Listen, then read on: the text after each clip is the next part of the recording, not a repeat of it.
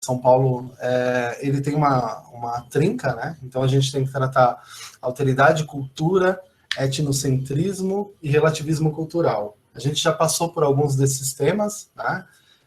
A gente já teve uma aula só sobre alteridade, a gente já teve uma aula sobre cultura, e a gente teve uma aula introdutória sobre a ideia de etnocentrismo que a gente vai concluir hoje, né? Sobre as atividades que vocês fizeram com relação à ética do Batman. Eu vou apresentar para vocês a devolutiva na próxima aula, tá bom? Então, na próxima aula a gente vai discutir um pouquinho as respostas que vocês deram, né, sobre as questões do Batman. Algumas foram bem criativas e bem interessantes, assim, eu ri bastante, e algumas foram bastante técnicas, assim, parecia que o pessoal estava em gota mesmo. E aí, na próxima aula, a gente vai discutir algumas das respostas que vocês deram nos relatórios do Batman, tá bom? Então, hoje a gente vai falar um pouquinho, a gente vai dar continuidade acerca da aula que trata do etnocentrismo e do relativismo cultural, hoje sob a perspectiva de alguns outros autores aí, e Professor, provavelmente será... Oi? Desculpe interromper, a Giovana falou para você aceitar ela na live, que ela tá esperando 8 minutos e não conseguiu entrar. Qual, Giovana? De qual sala? A Giovana Aparecida, do primeiro A. É bem provável que ela esteja entrando pelo link antigo.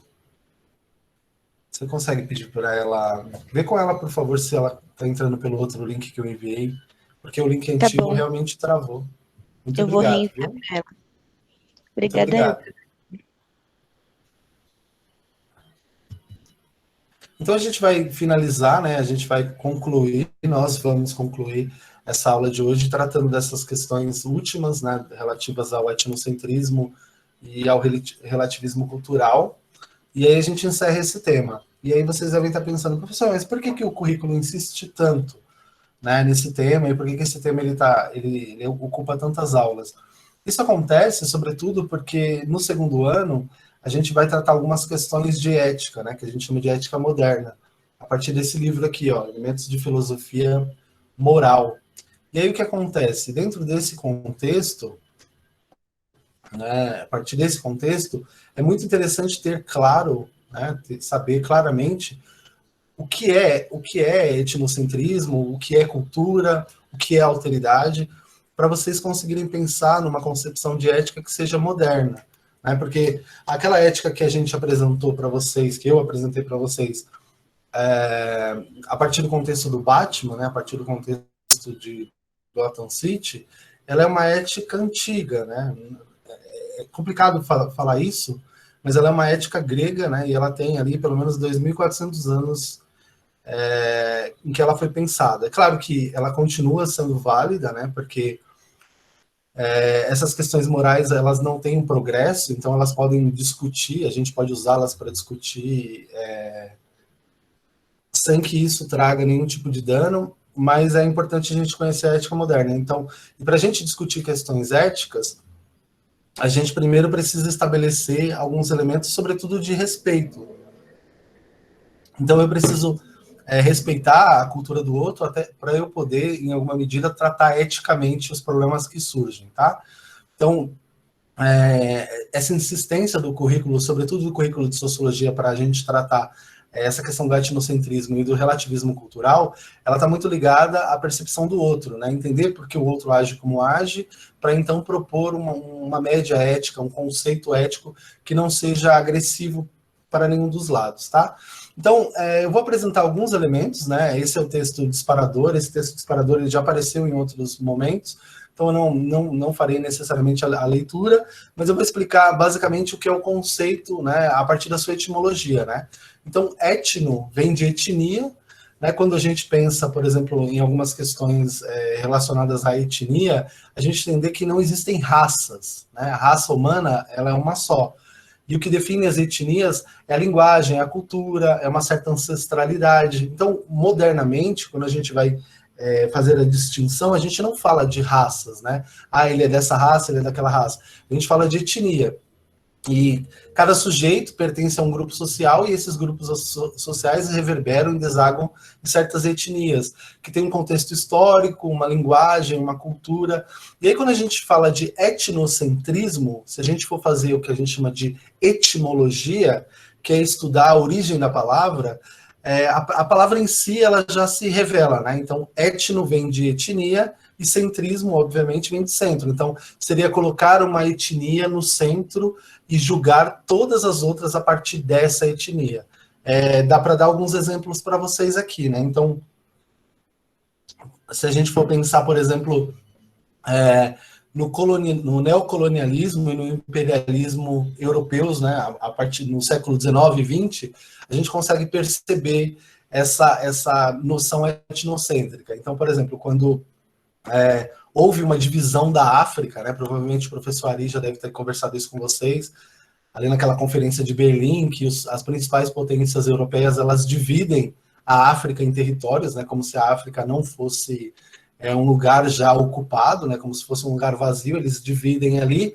E a proposta dos países que estão presentes naquela divisão é de levar civilidade, é de levar civilização para a África, como se a África não tivesse, né, ela não fosse ela própria civilizada. Então, nesse primeiro momento, é importante que vocês entendam que uma das coisas que leva ao conceito, que leva ao problema do etnocentrismo, é que geralmente quem está no centro acredita-se, né, como a gente falou nas aulas anteriores, superior a quem está fora. Então, o etnocentrismo, ele conduz o sujeito, ele induz o sujeito, melhor dizendo, a pensar que o lugar onde ele mora, que o país em que ele vive, que a região que ele habita é superior às dos demais, e isso, em tese, daria para ele, né, a prerrogativa de dominar as outras, porque o dele é civilizado e o outro não é civilizado.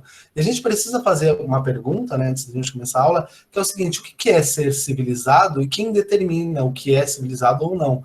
Então, quando os países europeus eles fazem um loteamento da África, eles diziam o seguinte: nós vamos levar para aqueles povos primitivos a civilização. Né? Então, claro, civilização é um conceito antigo que está presente na Grécia, em Roma, em povos antigos, né? Grandes impérios antigos, mas eles fazendo uma leitura moderna desse termo, eles diziam: nós vamos levar civilização para aqueles povos. Né? Então, a dominação europeia, tanto na Ásia quanto na África, ela se dava sob o argumento de que eles melhorariam a vida das pessoas que ali estavam, porque eles iam levar um jeito melhor de viver a vida. É claro que a gente sabe que não é bem isso que acontece, né? A gente tem a exploração do território, né? O território começa a ser devastado, o ouro e as riquezas que já vinham sendo roubadas continuam sendo roubadas agora de maneira legal, mas essa percepção é bastante interessante. A gente precisa ter esse olhar, né, para a gente entender o porquê das ações e o porquê que a história moderna do século XIX e do século XX é marcada por tanta barbárie. Havia sempre, isso é interessante que vocês entendam, uma promessa de melhoria. Tem um pensador chamado Karl Popper, que ele diz uma coisa que é bastante interessante, né? Ele diz assim, ó: todas as vezes que tentaram criar o céu na Terra, produziram um inferno. Professor, mas por que você está dizendo isso? Porque geralmente as barbáries, as coisas ruins que acontecem, elas sempre acontecem com a promessa de que algo bom vai acontecer. Né? Então, a dominação, esse neocolonialismo europeu, né, que tinha como promessa, entre aspas, né, muitas aspas aí, levar civilização para a Europa, na verdade, acabou desconfigurando, para a Europa não, desculpa, para a África, para a Ásia, acabou desconfigurando, gerando problemas políticos, econômicos, que perduram até hoje. Então é bastante importante a gente entender que não dá para tomar um olhar e acreditar que a nossa visão sobre as outras, ela é a correta. E vocês devem estar pensando assim: professor, mas isso daí aconteceu no passado. Hoje isso não acontece mais. Eu pergunto para vocês, será mesmo que não acontece? Eu vou dar um exemplo para vocês, né? O território brasileiro, obviamente, é marcado, né? Nós somos um país, né, que quando os portugueses chegaram aqui, já era habitado, né? Então, muitas pessoas falam que o Brasil não foi descoberto, ele foi invadido, né? Porque aqui moravam, né, os índios estavam aqui, né? Diversas tribos estavam aqui. E aí o que acontece? Por causa da mídia, por causa de uma certa literatura europeia e por causa de vários fatores, né, incluindo aí novelas, filmes e tudo mais, construiu-se na imagem do brasileiro comum a ideia de que o índio é uma coisa só. Então, quando a gente pensa, por exemplo, no índio, nos povos indígenas, a gente pensa num determinado índio, né, num determinado modelo, num determinado padrão, num padrão que está muito, muito ligado a uma coisa muito mais próxima de uma literatura do que da realidade em si.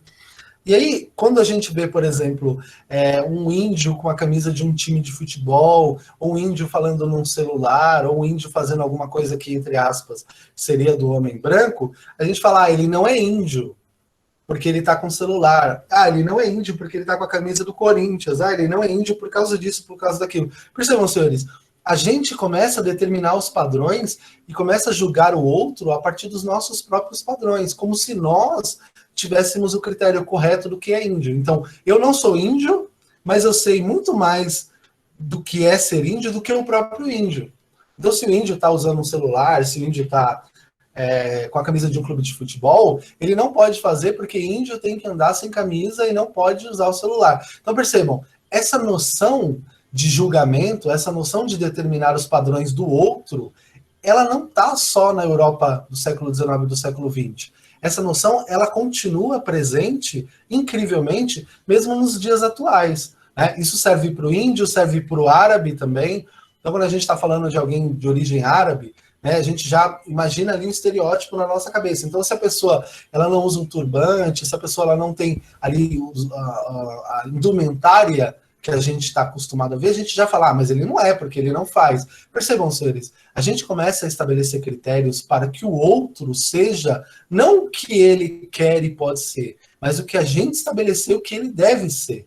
E aí, a partir disso, a gente começa a determinar os padrões do outro. Então, para você ser índio, você tem que ser assim. Para você ser de origem árabe, você tem que ser assim. Percebam.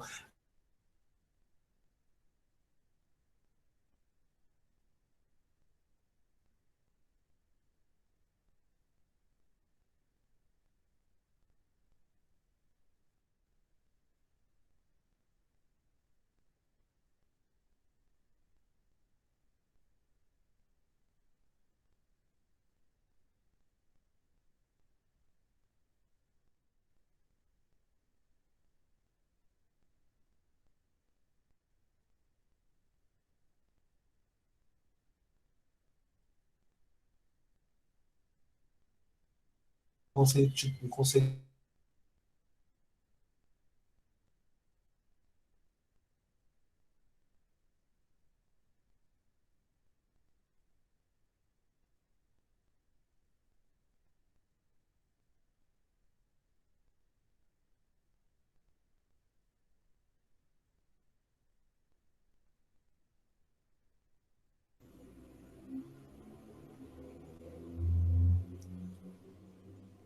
Senhores, caiu? Deu uma travada maneira, professor. Eita, nós. E como que tava? Eu parei fazendo careta, pelo menos? Parou. Você Sim, parou, você parou Foi da bem... parte dos estereótipos dos árabes. É sempre quando o professor tá fazendo careta que trava, né? Tem jeito. Aí vira meme. Bom, apareceu aqui para mim agora. Então, o que eu estava dizendo, né, para a gente dar continuidade, é que não se pode estabelecer um estereótipo e julgar o outro a partir do estereótipo, porque isso também é uma forma de preconceito bastante perigosa. Né? Dentro do Oriente Médio, há diversas variações das religiões, das culturas, das indumentárias. No Brasil, há diversas variações, há diversas tribos, e cada uma delas tem uma microcultura ali. Então, não dá para determinar esse é índio, esse não índio, né? Porque há uma variação muito grande para que a gente estabeleça um critério só de análise, tá? Então, essa primeira parte da aula é importante, né, para que a gente entenda um pouco dessa diversidade. Eu não sei, provavelmente vocês vão ver isso, eu não sei se provavelmente vocês estão vendo, mas no século XX aconteceu um negócio que era simplesmente aterrador, né? havia circos na Europa, eles iam até esses povos considerados mais excêntricos. Então, as tribos Zulus, os pigmeus, os povos mais excêntricos, pegavam essas pessoas, levavam para circos, né? E as pessoas pagavam para ir assistir essas pessoas como se elas fossem animais, né? Esse fenômeno ficou conhecido como zoológicos humanos, né? Onde a partir de uma concepção de que o outro é bárbaro. Então, os civilizados iam até o circo ver os bárbaros, né? Ver os selvagens. Né? E isso durou no século XX, pelo que eu me lembro, até 1958, né? Na Bélgica e em alguns países. Então, percebam o problema disso, né? Eles faziam zoológicos humanos. Né? E isso é uma coisa que denota grande preconceito e grande problema. Outra questão do etnocentrismo, e talvez a mais conhecida, né, que vale a pena tratar, é o próprio nazismo e o fascismo, né? Então, sob uma perspectiva de que o povo ariano, de que a raça, olha o conceito, de que a raça ariana era superior às demais, né? Aconteceu a barbárie que aconteceu, né? Eles começaram a eliminar judeus, negros, homossexuais, enfim. Então, percebam que esse conceito é muito importante entender o etnocentrismo, até para entender historicamente o que aconteceu no século XX e o que tem acontecido nos nossos dias, né? Quando a gente, por exemplo, determina um padrão, né? Então, eu não sei se vocês têm acompanhado, mas isso trata mais da questão da tolerância, propriamente dita, do que do etnocentrismo, mas no Rio de Janeiro tem acontecido de centros espíritas, casas de umbanda e ambientes religiosos que não são cristãos sendo atacados por igrejas evangélicas do morro. Né? Então, as pessoas entram dentro daquele lugar e acabam destruindo ali, quebrando as imagens, destruindo as mesas e tudo mais. Isso é um fenômeno bastante complicado, porque nós estamos em pleno século XXI e a gente ainda tem essa intolerância acontecendo em pleno século XXI. Isso vem acontecendo no Rio de Janeiro, né, sobretudo nos morros, sob a tutela dos traficantes, né, porque os traficantes criam uma relação com as igrejas evangélicas e as igrejas evangélicas acabam se vendo no direito, por haver uma certa proteção dos traficantes, de atacar ali as casas de umbanda, os centros espíritas e tudo mais. É claro, senhores, não dá para generalizar. Né? A maioria das pessoas que frequentam as igrejas são pessoas inteligentes, são pessoas coerentes que não fariam isso. Mas a gente tem umas minorias muito perigosas, mesmo dentro de religiões que são religiões conhecidas, né, por serem intolerantes. Então, é bastante emblemático. E recentemente isso aconteceu na Bahia. Na Bahia ainda é pior ainda, né? Porque a Bahia ela é marcada exatamente pela diversidade religiosa e tudo mais. Isso tem acontecido também na Bahia. Então é bastante importante a gente se educar e a gente começar a entender que o outro não é obrigado a seguir o nosso modo de vida e que o motivo pelo qual eu escolhi viver a minha vida desse jeito não é o mesmo que o outro tem que seguir. Então é bastante interessante a gente parar para pensar isso, né, para que a gente não se torne intolerante também, não só no que diz respeito à etnia, mas no que diz respeito a tudo, né, sobretudo a religião, né, nos dias atuais. Aí eu coloquei aqui para vocês, né, a ideia da aula de hoje é que vocês compreendam que a humanidade só existe na diferença. Então, para que a humanidade seja próspera, para que a humanidade cresça e evolua, é necessário que exista a diferença, porque a gente só aprende um com o outro quando a gente vê o diferente. Se for todo mundo igual, a gente não vai aprender. Né? Ou como diz o Byung-Chul Han, a gente tem que tomar cuidado com o inferno do igual, né? Porque se todo mundo é igual, ninguém progride. Eu coloquei aqui um quadro para vocês que provavelmente vocês já conhecem, que é da Tarsila do Amaral, né, chamado Operários. Nesse quadro a gente tem aí uma amostra da arte brasileira, né, e da diversidade, da miscigenação brasileira também. Nesse quadro a gente pode ver diversas amostras de etnia e dessa mistura que é o Brasil, né, e aí se torna mais incompreensível ainda. Se a intolerância, a barbárie, o racismo, eles são incompreensíveis e abjetos em qualquer lugar do mundo, no Brasil, que é um país marcado pela mistura, é pior ainda, né? Porque não tem como, né, um país como o nosso, que é pura miscigenação, pura mistura, haver posturas de pessoas que acreditam numa pureza, né, num padrão etnocêntrico aí. E aí eu vou colocar aqui para vocês algumas frases para a gente discutir e pensar, tá? Eu coloquei aqui, né? Eis alguns axiomas que nos ajudam a pensar. Professor, o que é um axioma? O axioma é uma pequena frase que faz uma pequena afirmação. Então, por exemplo, o homem é um animal, uma frase do Clifford Geertz, né? O homem é um animal amarrado à teia de significados que ele mesmo teceu. Isso é um axioma, é uma frase, é uma sentença, né? E ele vai dizer que se nós somos um animal amarrado a uma teia de significados que nós mesmos tecemos, nós também somos os responsáveis por fazer essas coisas funcionarem, né? Então, essa teia de significados, e é bastante importante que vocês entendam que nós somos animais simbólicos também, né? Então, quando a gente vê algo, a gente não vê só aquilo, a gente vê aquilo e a gente vê alguma coisa que está para além daquilo, daí a ideia do símbolo. Posso dar um exemplo para vocês, um exemplo claro, né? Um exemplo, a gente está tratando da religião, a questão da cruz, né? Se você colocar uma cruz diante de uma determinada pessoa, a pessoa não está vendo ali só dois mastros, duas madeiras se cruzando, né? Ela vê todo um significado, todo um simbolismo que vai para além daquela cruz, vai para além daquela percepção, né? Então, simbolizar é pegar algo que está no mundo real, né, e levar ele para o mundo abstrato, né? Então, símbolo, ele conduz para o mundo abstrato. Então, nós somos animais simbólicos também e totalmente ligados a significados, né? Então, quando o Clifford diz isso, ele está dizendo que nós somos animais que estamos ligados culturalmente uns aos outros e que esses significados, eles são valiosos para nós, para que a gente consiga perceber a realidade e julgar a realidade, tá? O Aristóteles, então, vai dizer, o homem é um animal político, né? Essa frase é bastante importante, ela cai bastante no vestibular,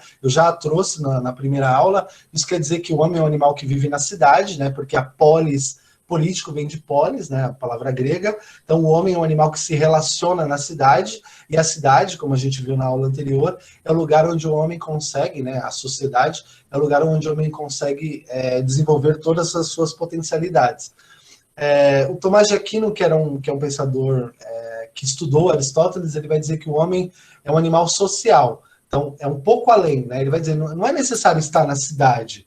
Se houver pessoas cercando aquele sujeito, ele já consegue desenvolver suas potencialidades. Então, ele dá um passo além. E aí, um pensador muito importante alemão chamado Kant, ele diz que o homem não é nada além daquilo que a educação faz dele. E aí, senhores, o conceito de educação aqui, ele está muito ligado ao conceito de cultura, né? Então, o homem não é nada além daquilo que a cultura faz dele. Então, para você ser alguma coisa, para você se configurar enquanto sujeito, é bastante importante que você esteja inserido num determinado lugar, e esse determinado lugar em que você está inserido vai trazer para vocês simbolismos, né? Vai trazer para vocês simbolismos, e esse simbolismo ele vai denotar quem você é, a sua linguagem, a sua cultura e tudo mais. Então, a educação ela cumpre uma função muito, muito, muito importante. Seja a educação escolar, né, essa educação que a gente está tratando aqui, seja a educação cultural, que é essa educação que a gente aprende vivendo, essa educação que a gente aprende na prática, tá? Então, esses são os primeiros momentos. E aí, eu vou colocar algumas observações aqui, e aí eu vou me encaminhar para a gente tratar algumas outras questões, tá? Então, ó, vivemos em uma rede tecida por relações simbólicas, o tecido é a cultura, como a gente já falou no slide anterior, toda a nossa vivência, ela é atravessada e perspassada por uma certa cultura, né? E essa cultura, ela não é objetiva sempre, ela é objetiva e simbólica, né? E esse simbolismo, ele é muito importante, né? Então, por exemplo, se você for analisar uma obra de arte, você pega uma obra de arte para analisar, se você fosse analisar objetivamente, o que você tem ali? Você tem uma tela, tinta de várias cores, um quadro segurando, mas quando você vai analisar essa obra de arte a partir do seu significado, a partir do seu simbolismo, isso vai te conduzir a um outro lugar, vai te conduzir, sua mente, ela vai sair daquele objeto físico e vai pensar ali entre aspas, num objeto abstrato, tá? Então, nós somos, a nossa vivência no mundo, ela se dá culturalmente, tá? A cultura é uma característica do ser humano como um ser social. Então, como a gente falou na nossa primeira aula sobre cultura, todas as vezes em que os homens passam a viver em sociedade, eles passam a produzir cultura, né? A cultura é algo inexorável, inerente ao ser humano, independentemente do estágio em que essa sociedade esteja, seja ela tribal, seja ela urbana, o homem vai construir algum tipo de cultura, porque os objetos eles não vão permanecer sendo lidos a partir só do seu contexto físico, eles vão ganhar significado, e à medida em que eles ganham significado, essa cultura se estabelece, tá? Longe de formar uma cultura única, a humanidade é feita de grandes diferenças culturais, entre Professor, territórios, histórias... Oi, pode é, falar. você não tá apresentando a tela. Não está apresentando? Não, Ah, foi porque caiu, né? isso. Poxa, e vocês nem me avisam. É Peraí, eu vou isso aí. colocar aqui. Professor, Achei que desde a hora do Oi. quadro a gente não tá vendo. Eu achei que era só no meu, eu nem comentei. Ai, meu Deus. Que beleza, hein? A gente tava falando num outro negócio, professor, que nós não queríamos interromper o senhor. A gente tava falando no Vocês chat. estão falando no chat? Ah, tá. É porque como eu tô vendo a tela, eu não tô vendo o chat. Oh, meu Deus, tadinho de vocês. Você sabe que os meus slides são top, né? Então, né, vocês perderam grande coisa aí. Então, ó, eu tô lendo algumas afirmações aqui, tá? Vocês viram o quadro da Tarsila do Amaral? Não. Não. Meu Deus, que tristeza. Ó, esse é o quadro da Tarsila do Amaral, tá? O nome dele é conhecido como Operários, ele foi produzido em 1933. Ele aparece muito nos vestibulares, é bastante importante que vocês conheçam a autora, pelo menos. Tenta analisar esse quadro e falar o que ele significa, que já cansei de ver ele. Oi? Quem tá falando? Eu já, Desculpa, a minha outra Vitória? escola... Não, é a Kézia. A Kézia? Na minha outra fala. escola já mandaram tanta gente analisar esse quadro e falar o que a gente vê nele, o que ele significa, que já tava até cansando Já de não ver aguenta ele. mais, né? Então. Mas muita gente talvez não tenha visto ele, e ele é bastante importante, né? Ele representa a diversidade brasileira, a miscigenação, enfim. É um quadro que vai e volta, aparece muito no vestibular, então é bastante importante que vocês pelo menos conheçam visualmente. É bem provável que nas aulas de arte ele vai aparecer para vocês também, tá? Então esse é o quadro, né? Ele é de 1933 e a artista é a Tarsila do Amaral. Poxa, vocês estão perdendo os meus belíssimos slides. E aí, voltando aqui, né, no terceiro tópico aqui, longe de formar uma cultura única, a humanidade é feita de grandes diferenças culturais entre territórios, histórias, língua, arte, crenças, hábitos e comportamentos. Ou seja, a humanidade é uma teia de complexidades, né, que nos formam. Então, a linguagem, a cultura, o trabalho é de suma importância também, que estão atrelados à cultura, formam aquilo que nós somos enquanto indivíduos, tá? No quarto tópico, por meio da cultura se estabelece uma relação entre os indivíduos e a sociedade, obviamente, né? A sociedade é uma abstração e nós, indivíduos, somos reais, né? A gente existe. E aí, para que o indivíduo se insira na sociedade, é necessário que ele se relacione com essa cultura, com a linguagem, com o trabalho, enfim.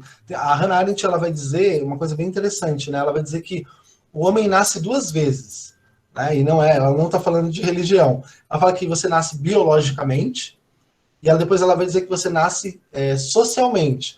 Então ela diz, olha, a primeira etapa da vida da criança é a família. Então ela está ali vivendo na família dela, que é um núcleo fechado. Depois ela começa a ir para a escola. E aí na escola ela começa a fazer essa transição entre a família e a sociedade.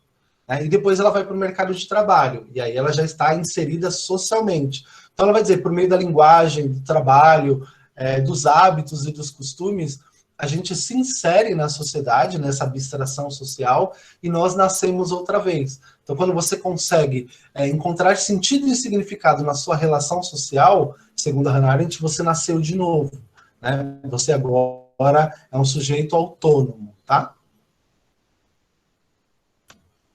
E deixa eu acessar aqui.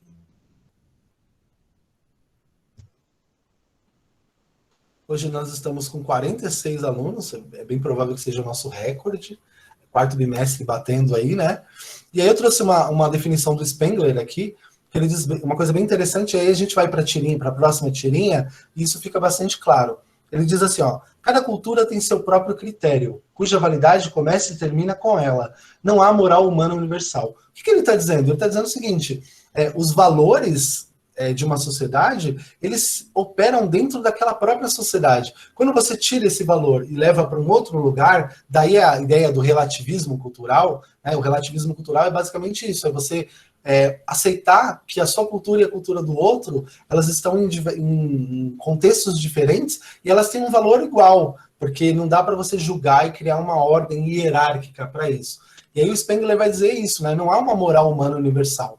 Em cada lugar, em cada povo, você tem uma cultura operando, né? E ela começa e ela termina dentro desse próprio contexto, né? Isso é bastante interessante, até para vocês pensarem, né? Esses dias eu ouvi uma professora falando que é importante que a gente tenha valores, né? Então é importante que nós tenhamos valores. Só que essa noção de que nós tenhamos valores, ela é bastante complicada dentro desse contexto, porque a pergunta que nós fazemos é a seguinte: quais valores? Os valores da minha família, os valores da minha religião, os valores do meu bairro, os valores do meu estado, os valores do meu país.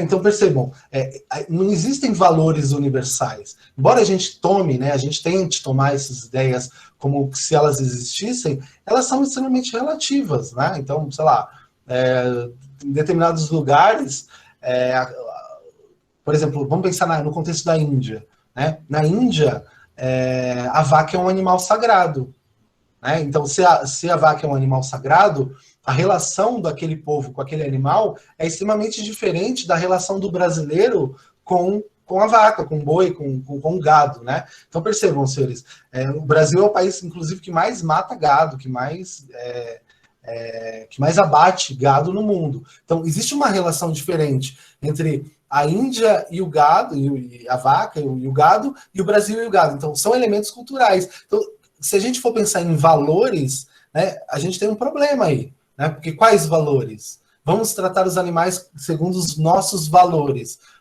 Segundo os nossos valores, né, talvez infelizmente, a vaca é um animal que nos traz, né, entre aspas, aí, a proteína. Né? Então a gente tira o leite dela, a gente abate o animal para ter carne. Então o nosso olhar para com o animal é diferente do olhar de outro povo. E aí, quais são os valores que a gente vai tomar, os nossos ou do outro povo? Então, é bastante perigoso a gente falar, nós vamos pensar a partir de valores, se a gente não definir quais são esses valores e se todo mundo está de acordo. Né? Porque não adianta dizer, nós temos que seguir valores se a gente não pensar que o valor em si, ele é relativo ao lugar.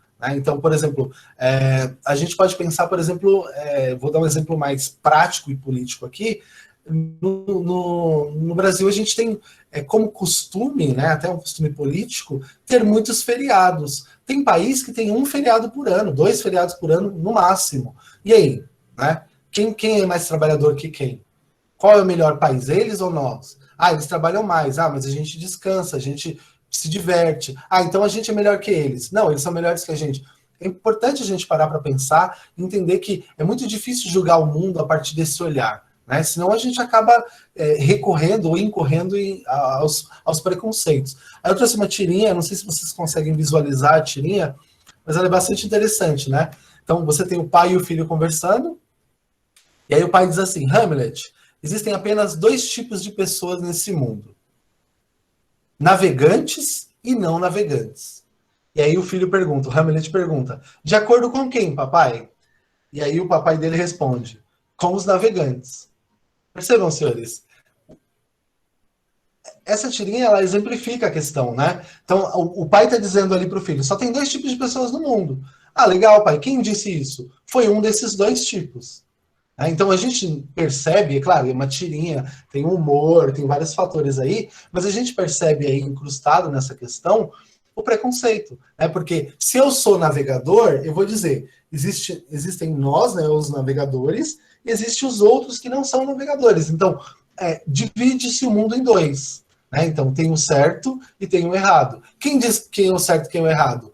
Quem está de um dos lados. Esse é o problema, né? Porque se você está desse lado e você diz que esse está errado e não tem um terceiro observador, a chance de quem está aqui julgar esse daqui como errado é grandiosa, né? É enorme, tá? Então essa tirinha ela é bastante interessante, vocês a vão interpretar no formulário, tá? E aí tem mais algumas afirmações aqui. Essa aula ela é um pouco mais breve porque eu só estou fechando algumas coisas que ficaram em aberto, tá? E aí coloquei algumas observações aqui, ó. É fato que a cultura nos une enquanto seres humanos, ela também nos caracteriza como indivíduos diferentes. Não existe ser humano fora da cultura. Todo ser humano é parte de uma cultura, obviamente, né? Também sabemos, não existe uma cultura universal, igual para todos os seres humanos. Isso quer dizer o seguinte, cada povo tem a sua cultura, aí como diz o Spengler, as culturas elas estão atreladas ao lugar ali. Não dá para pensar numa cultura universal. Embora, senhores, essa noção, e a gente já discutiu isso numa aula anterior, de haver uma cultura universal, ela é bastante problemática, né? Porque com o advento do capitalismo, certas culturas elas começaram a ganhar mais forças do que outras. Né? Então a gente discutiu, inclusive, a questão do cinema, dos filmes. Né? Então você tem uma cultura cinematográfica nos Estados Unidos que ela é praticamente universal no mundo inteiro. Acho que foi até a Lana que falou, poxa, professor, mas os filmes que não são americanos, eles não são legais, né? Por quê? Porque a gente já foi habituado nessa cultura de tal modo que a gente não consegue mais enxergar os outros modelos e os outros modos de forma a considerar, pelo menos, né? Então eu trouxe alguns pontos aqui para fazer vocês pensarem um pouquinho, né? Então, por exemplo, no Brasil é tradicional, é cultural comer arroz e feijão. Né? Então, quando você vai almoçar, né, pelo menos a maioria das pessoas, né, você vai almoçar e não tem arroz e feijão, parece que está faltando alguma coisa, porque culturalmente a gente já foi, dentro desse contexto, a gente já se acostumou historicamente, culturalmente, a ter o arroz e feijão. Então, você tem o arroz e feijão e mais alguma coisa que você vai chamar de mistura, né, seja uma carne, enfim, qualquer outra coisa que vai acompanhar. Mas o arroz e feijão, ele não muda. As outras coisas mudam, o arroz e feijão permanece. No Brasil também é cultural casar de branco. Então a noiva se prepara, gasta todo aquele dinheiro, tudo aquilo bonitinho para ter o casamento, e o vestido, né, desse casamento normalmente é branco. Claro, há exceções, mas normalmente é branco. Então percebam, senhores, são elementos da nossa cultura. E aí a gente vai pensar em outras culturas. Por exemplo, nos Andes, né, nos lugares mais frios, o milho é a base da alimentação. Não é o arroz e feijão, é o milho. Até porque o milho é mais fácil de encontrar naqueles determinados lugares. Então, há lugares em que, para as pessoas, a alimentação primordial e básica não é o arroz e feijão, é o milho. Né? Em alguns lugares... Ô, professor, Oi. mas tem cultura, tipo assim, de outros países que é café? Não, o café, ele é quase universal, cara. Tem pouquíssimos lugares no mundo em que as pessoas não consomem café. O café, ele é praticamente, é quase universal. Talvez o que muda é o tipo de preparo. Essa é uma pergunta muito boa, Davi. E eu tinha esquecido do café. O que muda é o tipo de preparo, a fervura, o tipo de porque o café é torrado, né? A maneira como eles fazem esse processo, né?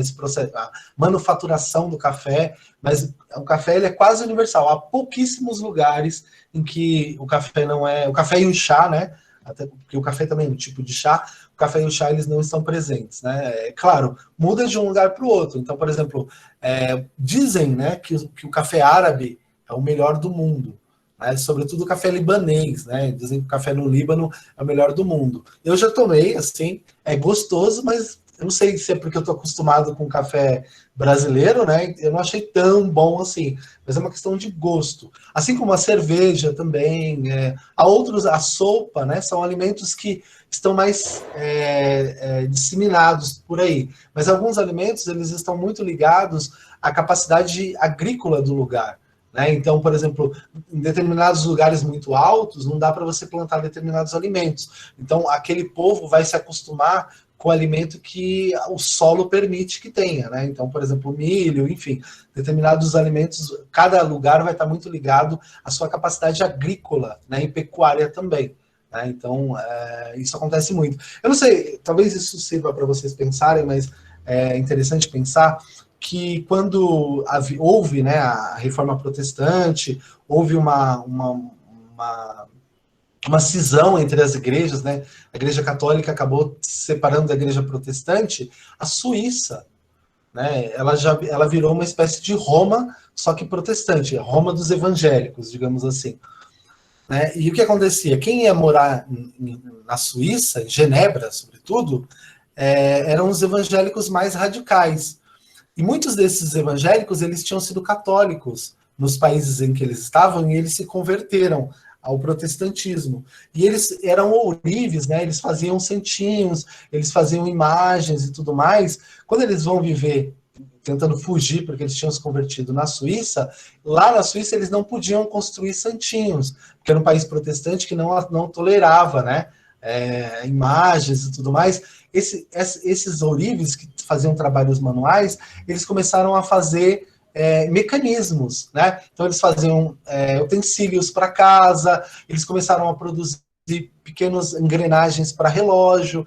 Hoje, se você for pensar, historicamente, o melhor relógio do mundo é o relógio suíço. Por quê? Porque as engrenagens do relógio, né, do relógio de ponteiro, eles eram muito precisos, porque quem consegue fazer ali o rostinho de um santo num pequeno pedacinho de ouro, também consegue fazer uma engrenagem mais interessante. Então, percebam que culturalmente a Suíça mudou o trabalho, né? Então, um trabalho que era realizado a partir do rito, dentro de um contexto mais católico, ele migra para um contexto protestante evangélico e se transforma em um trabalho mais secularizado. Então, a Suíça é conhecida pelo chocolate e pela qualidade do chocolate e pela qualidade dos relógios. E isso está muito ligado à reforma protestante, ou seja, tem 300, 400 anos atrás, historicamente, a cultura suíça foi alterada por uma revolução religiosa. Então, isso acontece o tempo inteiro, e é bastante importante a gente entender, né, que as mudanças culturais, elas estão ligadas à lei, elas estão ligadas à religião, né? Então, voltando aqui para os nossos slides, há culturas em que o casamento, a noiva se veste de vermelho. Então, a China, por exemplo, uma boa parte da China, a noiva, o vestido de noiva é vermelho.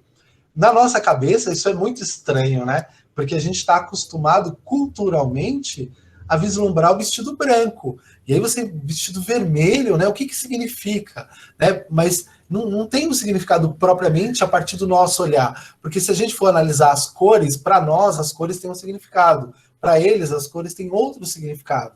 Né? Então a gente vai pensar, por exemplo, a cor preta ela simboliza o luto, a cor branca, estou usando estereótipos aqui, tá, pessoal? A cor branca simboliza a paz, né? Mas fora do Brasil tem outros significados. E aí, o casamento, por exemplo, na China, o vestido é vermelho, né? Vocês já pararam para pensar como seria o seu casamento no vestido vermelho? Eu acho bem interessante, né? Então, é importante que vocês tenham isso em mente. Tudo depende do contexto em que as pessoas estão inseridas, tá? E aí tem algumas definições aqui básicas de etnocentrismo, tá? Grupos e pessoas que consideram que sua cultura é superior em relação às outras culturas, que é o que a gente vem tratando a aula inteira, né? A sua comida é melhor, povo e modo de viver são melhores. Superior e dominador, né? Então, quem se acha superior também se acha no direito de controlar e dominar os outros, e esse era um dos argumentos para que o imperialismo e o colonialismo europeu acontecessem. Quais são os problemas? Xenofobia, racismo, preconceito, é uma postura violenta que não devemos ter, né? Então, a gente precisa ter alteridade, né? A gente não pode se deixar levar pelos nossos valores e achar que os nossos valores são um critério para jogar o mundo inteiro. A ideia de relativismo cultural, né, uma postura de se colocar no lugar do outro sem julgá-lo, que está muito ligado à ideia de alteridade. Espero que vocês lembrem o que é alteridade, tá? Entender a diferença do outro. Para Franz Boas, né, é um antropólogo, não existem culturas melhores ou piores, superiores ou inferiores, e nenhuma deve servir como modelo para a outra, tá? E aí aqui mais algumas definições para a gente pensar também. Boa parte do que já está sendo tratado já foi dito. E aí, o que é o relativismo cultural? Tá? O relativismo cultural possibilita o maior afastamento dos preconceitos, da discriminação e da intolerância, sendo o oposto do etnocentrismo. Então, se cai uma questão lá do Enem, né? Caiu uma questão no Enem. O que é relativismo cultural? E você não lembrar, o que você faz? Você tenta lembrar o que é etnocentrismo. Ah, Bruce, o que é etnocentrismo? É partir do pressuposto que existe uma etnia superior à outra, que ela pode julgar a outra a partir dos seus próprios valores. Se isso é etnocentrismo, o que é o relativismo cultural? É o oposto. Né? É não tomar a sua cultura como parâmetro, é não usar os mesmos critérios que você usa dentro da sua cultura para julgar o outro, enfim. Né? Então, uma coisa antagonizando a outra, fica mais fácil de vocês entenderem, tá? Então, discriminação da intolerância sendo o oposto do etnocentrismo, tão presente em nossa sociedade e tão violento contra as diferenças. Já o etnocentrismo é o comportamento segundo o qual você avalia os outros povos a partir de sua própria cultura.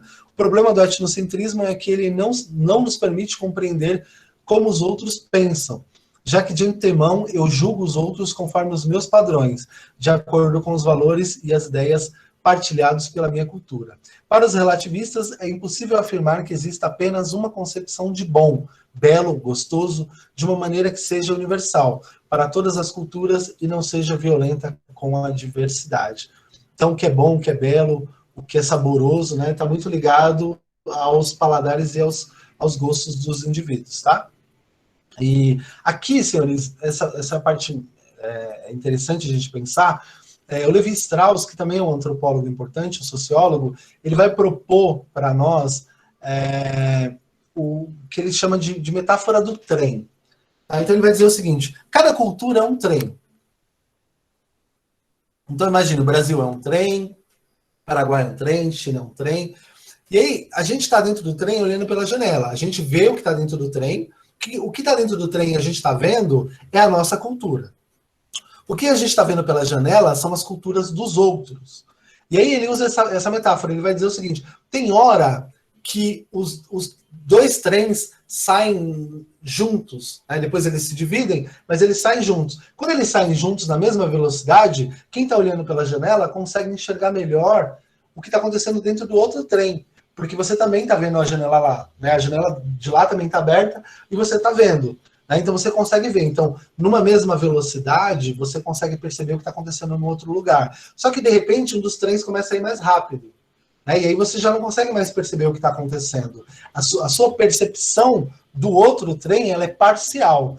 Pode ser também que você esteja indo e o outro trem esteja voltando. Não sei se já aconteceu quando vocês pegam o metrô e o metrô passa pelo outro assim, você só sabe que tem um trem ali, mas não dá para ver nada, porque as janelas elas estão passando numa velocidade muito grande. Então, nesse momento, a sua percepção ela é ainda mais parcial. Você sabe que existe o outro trem, ou seja, que existe o outro lugar, mas você é incapaz de dizer como é lá dentro, porque você só consegue ver ele passando, você não consegue analisar. Há momentos em que os dois trens param, um do lado do outro.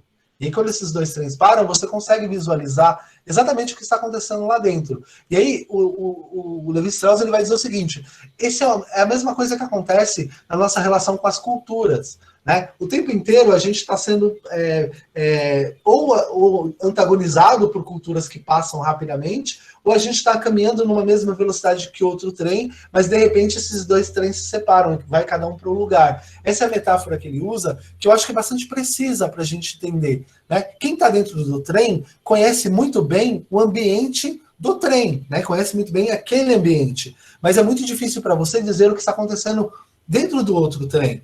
E aí, se você disser, mas está acontecendo a mesma coisa que aqui, você tem um tipo problema. Julgar uma pessoa, né, pessoa? Exatamente, Davi, tipo exatamente. Julgar uma pessoa sem saber, né?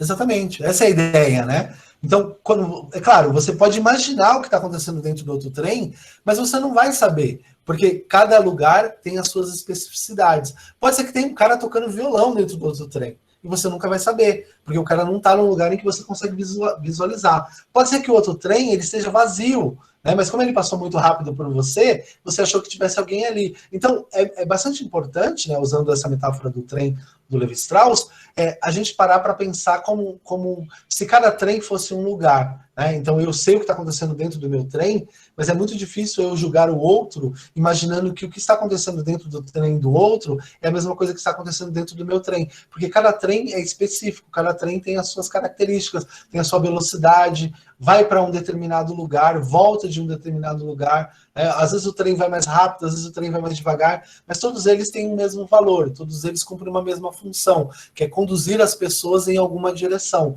que é o que faz a cultura, né? A cultura nos conduz em alguma direção, né? E isso é bastante importante. Então, é interessante vocês pensarem nessa metáfora do trem, quando vocês começarem a se sentir superiores ao outro. Ah, mas o meu bairro é melhor do que o bairro do fulano. Ah, mas o meu time é melhor do que o time do fulano. Ah, é claro, tem um tom de brincadeira com o time e tal, mas o que eu quero dizer é o seguinte, se você não deve se sentir superior ao outro, porque todos nós partilhamos de uma mesma raça, né? Qual é a raça que você pertence? A raça humana. E só tem uma, né? E é a ela que nós pertencemos. Então a gente não pode julgar o outro dentro desse contexto pela cultura do outro e achar que o outro é inferior por isso, tá bom? Então usem essa metáfora do trem, é bastante interessante, tá? Dá até para usar no Enem, inclusive, tá? E aí eu vou usar aqui uma frase do Richard Hort e a gente vai se caminhar para finalizar, tá bom? O que aconteceu? Existiam os grupos que se colocavam contra o etnocentrismo. Então você tinha os grupos etnocêntricos, que eram os grupos os fascistas, nazistas e tudo mais, e aí você tinha os grupos que se colocavam contra esses grupos etnocêntricos, né? E aí nasceu o anti-etnocentrismo, que, de maneira resumida, é o seguinte, as pessoas diziam assim, mas a gente tem que tomar cuidado com o relativismo cultural, porque o relativismo cultural, ele pode aprovar, ele pode validar coisas que são ruins em determinados lugares. E aí o que o Richard Hort, que é um filósofo pensador, vai dizer? Você está certo. Né? Você está certo. Em alguns lugares, algumas coisas, como o valor da vida, por exemplo, é universal. Né? O valor da vida não depende da cultura. Em qualquer lugar do mundo, a vida tem valor. Então, é importante que você consiga pensar que alguns desses elementos, né, sobretudo os que estão ligados aos direitos humanos, eles não são negociáveis culturalmente. Mas é importante que você entenda também que o trem ele opera em velocidades diferentes. E pode ser que para algumas pessoas o trem ainda esteja numa estação e para outras o trem esteja na outra. Então é importante, quando você for falar para essas pessoas que o trem está vindo mais devagar, você mostrar para elas os valores, por exemplo, o valor da vida, o valor da não violência, o respeito e a tolerância, de maneira que essas pessoas não se sintam feridas. Você vai até elas, explica para elas e faz uma defesa sem menosprezar e sem diminuir o olhar que elas têm do mundo. Isso é bastante interessante também. Né? Dá para usar aí essa noção do trem também, tá bom, senhores? Eu acho que é isso. Agora vocês vão responder uma questão básica do Enem, super tranquila, fácil, né? Vocês não farão o Enem esse ano, mas é bom, né, a gente ter aí, o professor tá meio cego, vai puxar um pouco mais para próximo, mas é basicamente o seguinte, ó, essa é uma questão do Enem de 2016. Vocês vão responder no chat aí, tá bom? São 2 textos e a resposta. E aí vocês, no chat, vocês só coloquem a letra, tá bom? Vocês conseguem visualizar as letras aí, ó? Aqui onde o professor está passando o mouse, ó. A, B, C. Vocês conseguem visualizar? Acho que sim, né? Eu vou ler para vocês, e aí vocês coloquem a letra no chat. Qual é a resposta que vocês acham que é certa? Se colar, olha, o professor vai ficar triste. Texto 1. Documentos do século XVI, algumas vezes, se referem aos habitantes indígenas como os Brasis, ou gente Brasília, e, ocasionalmente, no século XVII, o termo brasileiro era a eles aplicado, mas as referências ao status econômico e jurídico desses eram muito mais populares. Assim, os termos negro da terra e índios eram utilizados com mais frequência do que qualquer outro. Texto 2. Tá difícil para ler, o professor está meio cego. Índio é um conceito construído no processo de conquista da América pelos europeus. Desinteressados pela diversidade cultural, imbuídos de forte preconceito para com o outro, o indivíduo de outras culturas, espanhóis, portugueses, franceses e anglo-saxões, terminaram por denominar da mesma forma povos tão díspares quanto os tupinambás e os astecas. Tá? Então, Tupinambá no Brasil, Asteca é tudo índio, é tudo a mesma coisa. Aí a pergunta é, ao comparar os textos, as formas de designação dos grupos nativos pelos europeus durante o período analisado são reveladoras da A. Concepção idealizada do território, entendido como geograficamente indiferenciado. B. Percepção corrente de uma ancestralidade comum às populações ameríndias. C. Compreensão etnocêntrica acerca das populações dos territórios conquistados. D. Transposição direta das categorias originadas no imaginário medieval. E. Visão utópica configurada a partir de fantasias de riqueza. Senhores, qual que vocês respondem no chat aí? A, B, C ou D? Podem responder, senhores. Vocês entenderam, né? Olha só. C. Pô, ninguém discorda que é C? Quem respondeu C? Vamos lá, senhores. Por que vocês acham que é C? Eu respondi C. Por que você acha que é C? Porque foi a que fez mais sentido, eu acho. Porque as outras eu não entendi nada. Então, seria a compreensão etnocêntrica acerca das populações dos territórios conquistados. Os territórios foram conquistados pelos europeus? Sim. Essa compreensão é uma compreensão etnocêntrica? Sim. Quem respondeu C, obviamente, acertou. Parabéns. Mas, professor, eu só respondi C porque foi a única pergunta que eu entendi. Porque as outras eu não entendi nada. Você não entendeu o que estava escrito? Não entendi. Eu não sei lá, não sabia o que eram essas coisas que estavam escritas aí, não. Aí só essa então, daí que eu não sabia. Isso é uma estratégia interessante, viu, Lana? E isso é bastante importante. Geralmente, tem um conceito que a gente chama de navalha de Ockham. O que é a navalha de Ockham? É um filósofo, né, que é antigo, que ele diz assim, geralmente, a resposta certa é a resposta óbvia. E aí, o que está presente aqui? Na C, compreensão etnocêntrica. A gente está a aula inteira falando disso, né, acerca das populações e dos territórios conquistados, né, que os europeus iam lá e conquistavam e tudo mais. Então, normalmente a resposta certa é a mais fácil, é a mais óbvia. Então, nesse caso, vocês acertaram. Parabéns para quem acertou, parabéns para quem teve a coragem. Professor, eu errei, também não tem problema, errar faz parte do processo, é errando que se aprende. E vamos lá, galera, vamos caminhar para o encerramento. É isso, senhores. Essa é uma aula mais curta mesmo, a ideia era só apresentar para vocês aí, finalizar, fechar a ideia dos conceitos, apresentar para vocês a metáfora do trem, que eu acho que é bastante importante, até para uma futura redação do Enem, né? E é isso. Um prazer estar com vocês. Se vocês tiverem alguma questão, falem agora. Se não houver, vocês vão fazer o formulário, vou enviar o formulário para vocês. No formulário vai haver a tirinha para vocês tratarem e, sobretudo, a questão do trem também, para vocês exemplificarem com outros exemplos. É isso. Vamos encaminhar para o final. Foi um prazer estar com os senhores essa manhã de quinta-feira. Enfim, acabou. Vou cessar a gravação. Fiquem todos com Deus e até mais. Tchau. Tchau. Tchau, professor. Tchau, pessoal. Boa tarde para todo mundo. Tchau, professor. Tchau. Valeu, galera.